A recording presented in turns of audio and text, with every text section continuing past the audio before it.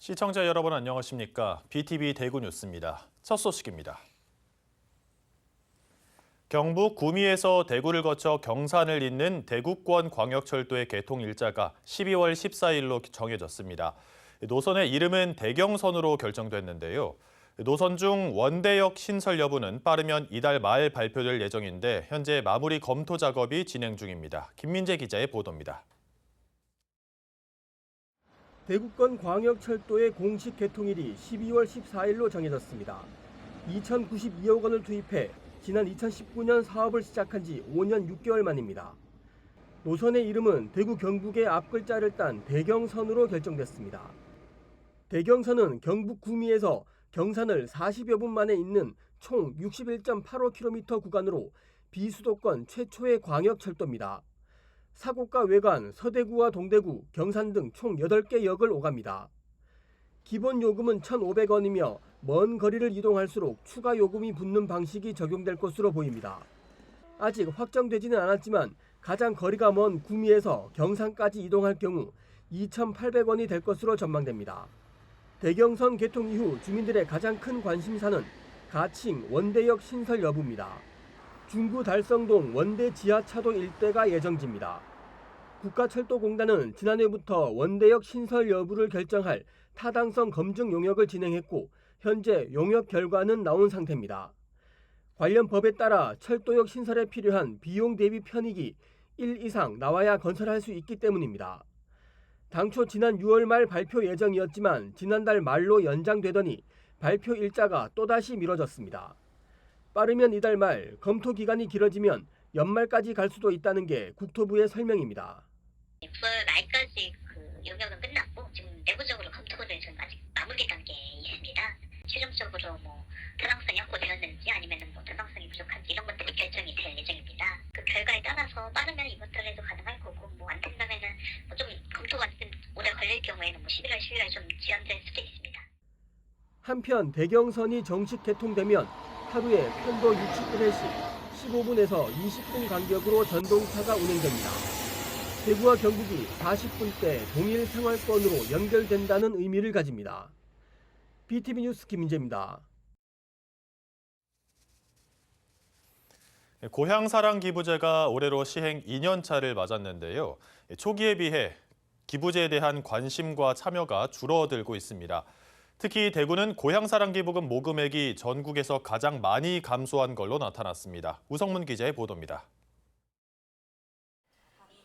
저출생과 고령화, 인구 소멸로 어려움을 겪는 지방 재정과 지역 경제에 활력을 불어넣기 위해 도입한 고향사랑 기부제.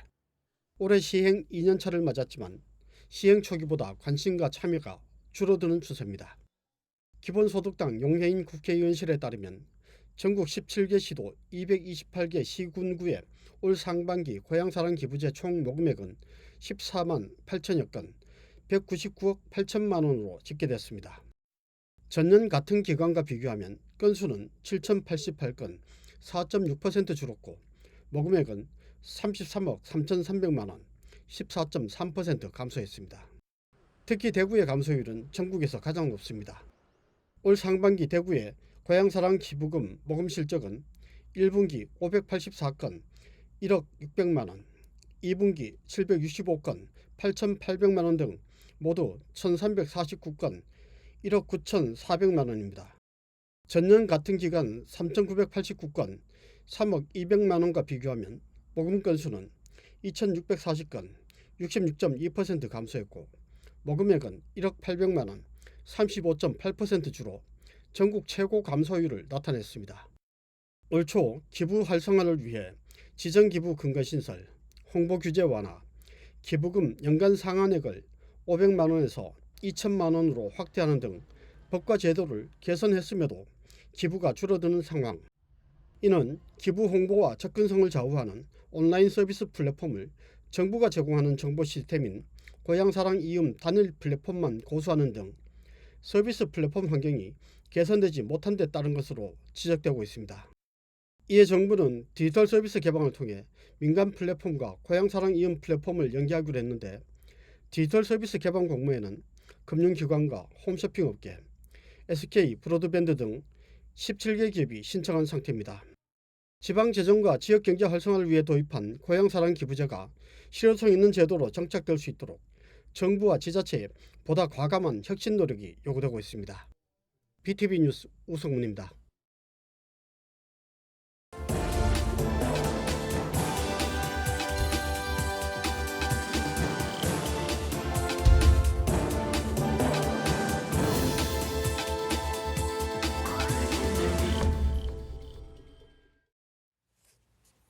케이블 TV 공동기획 지역 경제를 살려라 시간입니다.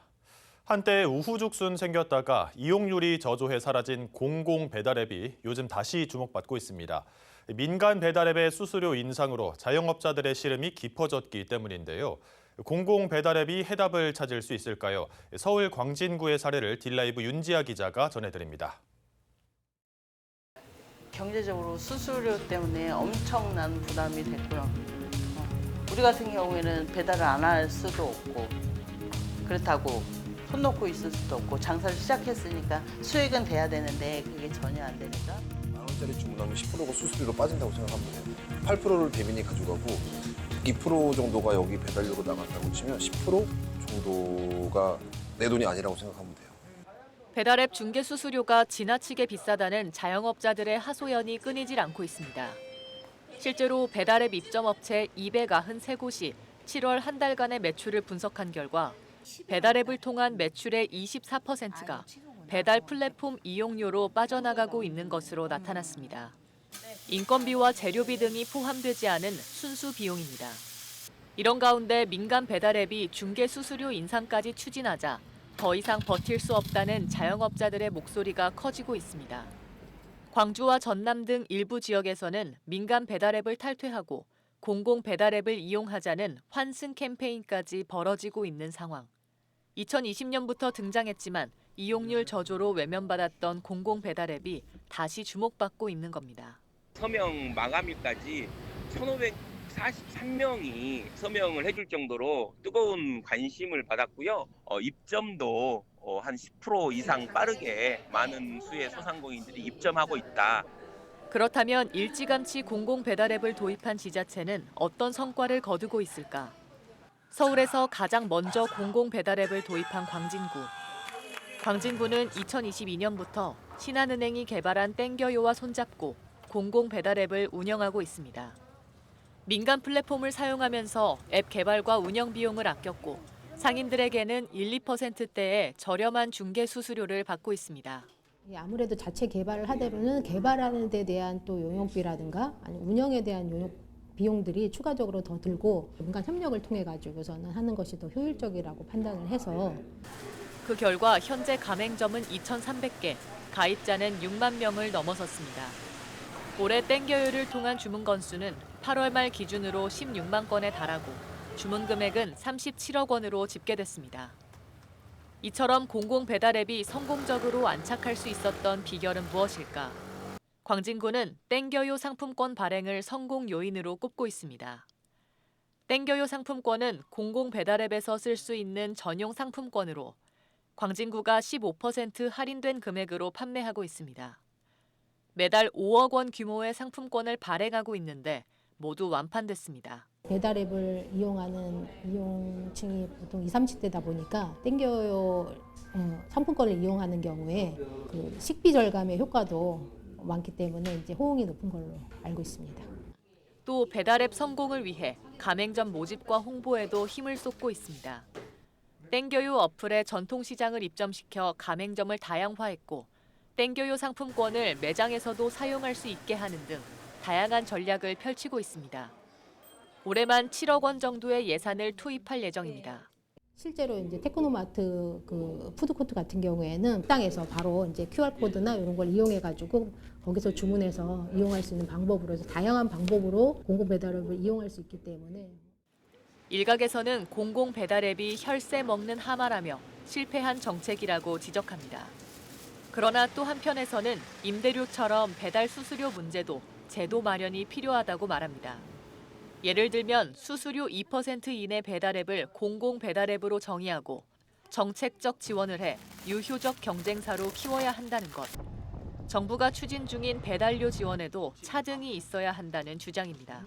배달료 지원이라고 해서 소상공인에게 연 30만 원을 하겠다라고 정책적으로 지금 선언은 해놓은 건데 공공 배달 앱을 중심으로 해서 배달료 지원을 해야 된다라는 거고 이게 안 된다라면 적어도 50% 정도는 공공 배달 앱에 우선 배정해야 된다. 이처럼 다시 불붙은 공공배달 앱이 지역 경제를 살리는 불씨가 될 수 있을지 관심이 모아지고 있습니다. 딜라이브 뉴스 윤지아입니다. 전통시장은 가게가 촘촘히 모여 있어서 화재가 발생하면 피해가 커지기 쉬운데요. 대구 서구가 화재 발생 시 상인 스스로 초기 진화를 할 수 있는 지하 매설식 소화 장치를 설치했습니다. 김민재 기자가 시연회 현장을 다녀왔습니다. 대구 서구의 한 전통시장. 소화 장치함이라고 적힌 바닥 덮개를 여니 긴 소방 호스가 나오고 상인들은 설치 업체의 안내에 따라 호스를 빼낸 뒤 직접 물을 뿌려봅니다. 호스의 길이는 총 50m. 호스를 추가 연결하면 길이는 더욱 길어져 시장 구석구석 닿을 수 있도록 설계됐습니다. 만일의 사태가 발생했을 때 소방차가 도착하기 전 상인들이 스스로 화재를 초기 진화할 수 있도록 마련된 장치입니다.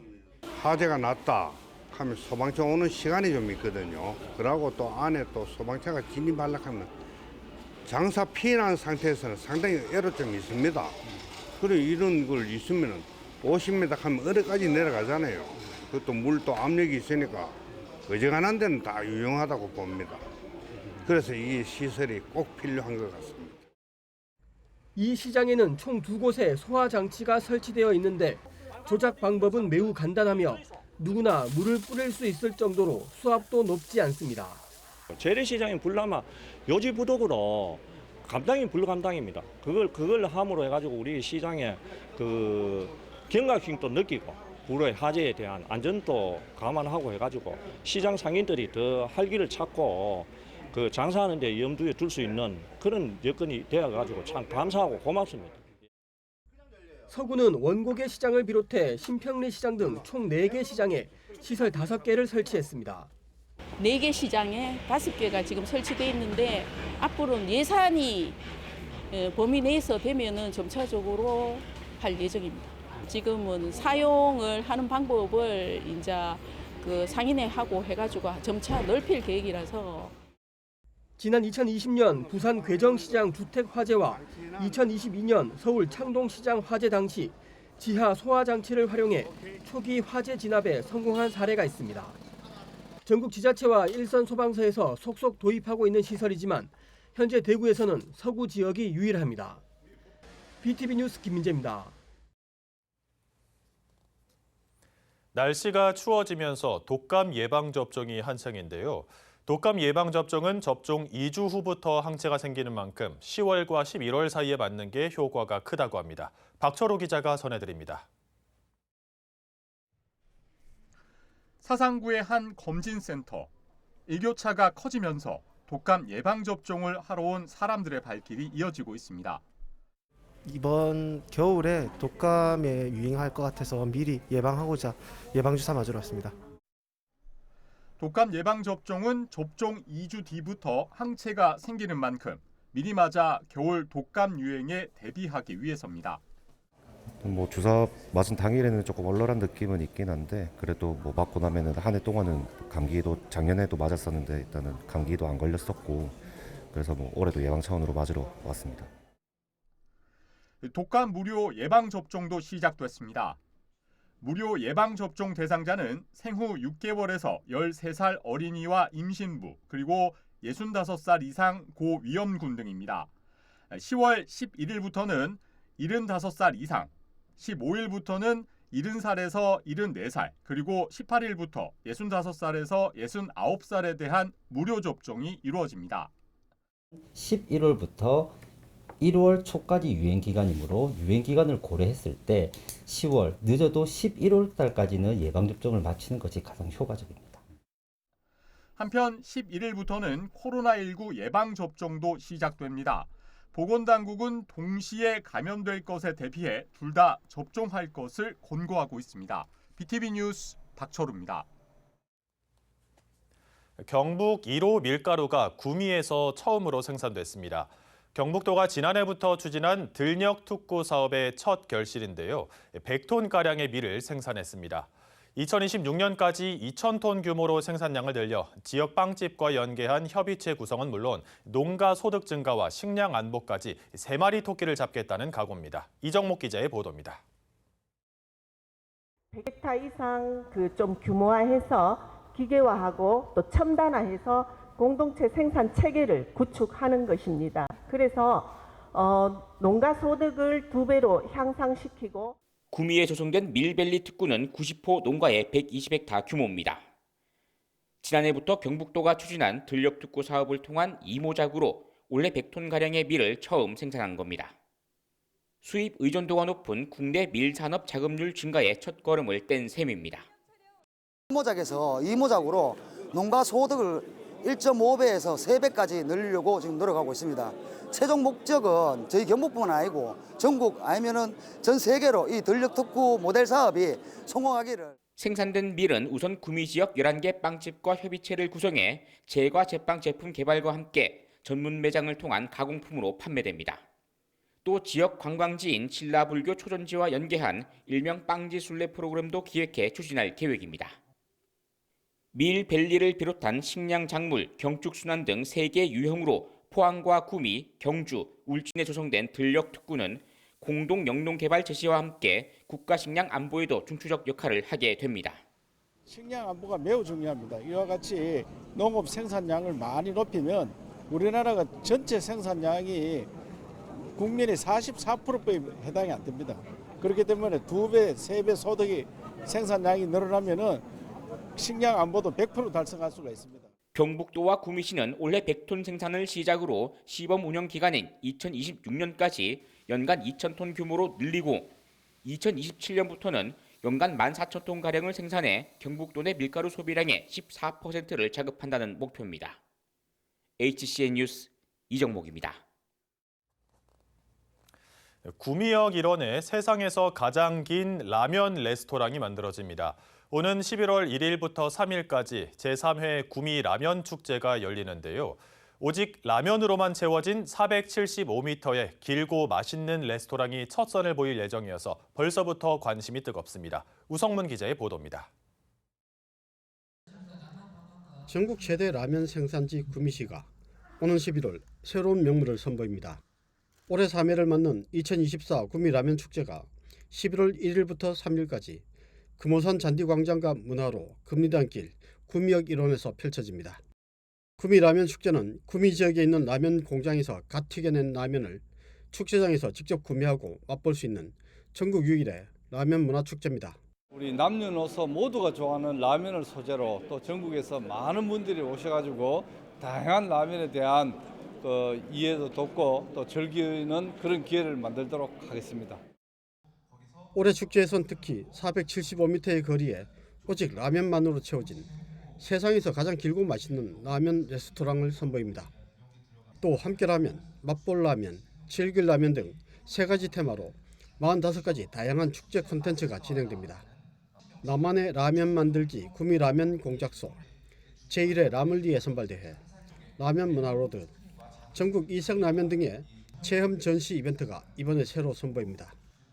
유명 인플루언서와 함께하는 스타 팝업 MSG, 유명 가수들이 출연하는 특집 공개방송 싱투유, K-팝 라이브 공연 생라면 스테이지, 스트릿 댄스 파이터 등 공연 이벤트도 다채롭습니다.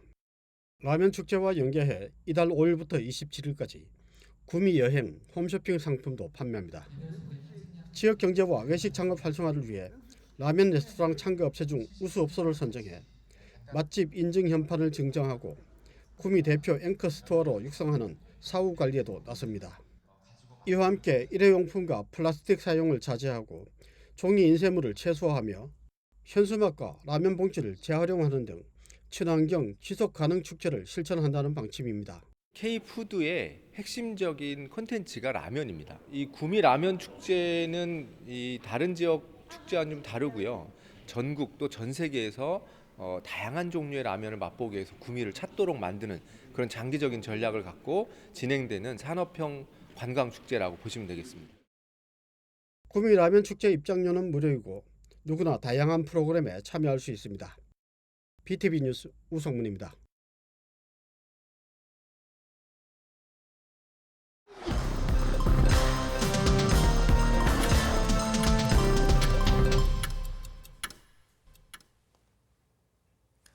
최근 5년간 비위 행위 등으로 파면이나 해임 징계를 받은 대구 지역 공직자가 19명에 달하는 것으로 나타났습니다. 더불어민주당 한병도 의원이 공개한 국정감사 자료를 보면 지난 2019년 이후 대구시 공무원은 파면 1명, 해임 8명, 대구시 교육청 공무원은 파면과 해임 각 5명이었습니다. 현행 법을 보면 파면은 5년, 해임은 3년간 공무원으로 재임용될 수 없습니다. 한병도 의원은 공직사회 전반에 청렴의식이 해이해졌다는 걸 방증하는 수치라며 부정부패를 근절할 대책을 마련해야 한다고 지적했습니다. 폭염과 열대야가 9월 중순까지 이어지면서 지난달 대구 경북 지역의 평균 기온과 평균 최고 기온, 평균 최저 기온 모두 역대 1위 기록을 경신한 것으로 나타났습니다. 대구지방기상청이 발표한 자료를 보면 지난달 대구 경북의 평균 기온은 24.1도로 평년보다 4도 높아 1973년 기상관측 이래 역대 1위 기록을 경신했습니다.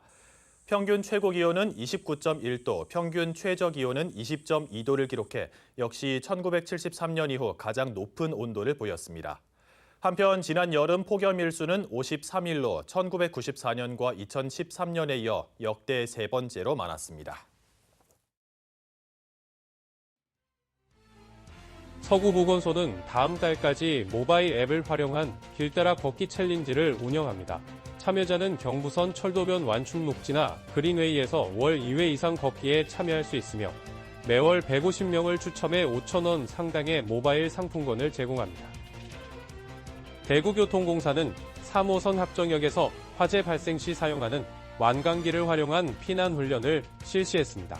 이번 훈련은 고층 건물 화재 시 최후의 피난 기구인 완강기의 사용법을 숙지하는 데 중점을 두고 있습니다. 이를 통해 안전한 대피를 위한 대비 태세를 강화하고자 합니다. 남구 관문상가시장에 쿨링포구 시스템이 새롭게 설치됐습니다. 이 시스템은 미세한 물입자를 공기 중에 분사하여 주변 온도를 3도에서 5도 정도 낮추는 효과가 있어 시장을 방문하는 사람들에게 더 쾌적한 환경을 제공할 것으로 기대됩니다. 서로의회는 국회 도서관과의 업무 협약을 통해 의정활동 지원을 강화하기로 했습니다. 이번 협약을 통해 서구의회는 국회 도서관이 보유한 지식정보자원을 의정활동에 활용할 수 있게 됐으며 이는 정보 접근성을 높이고 전문성을 강화하는 데 기여할 것입니다. 이상 간추린 소식입니다.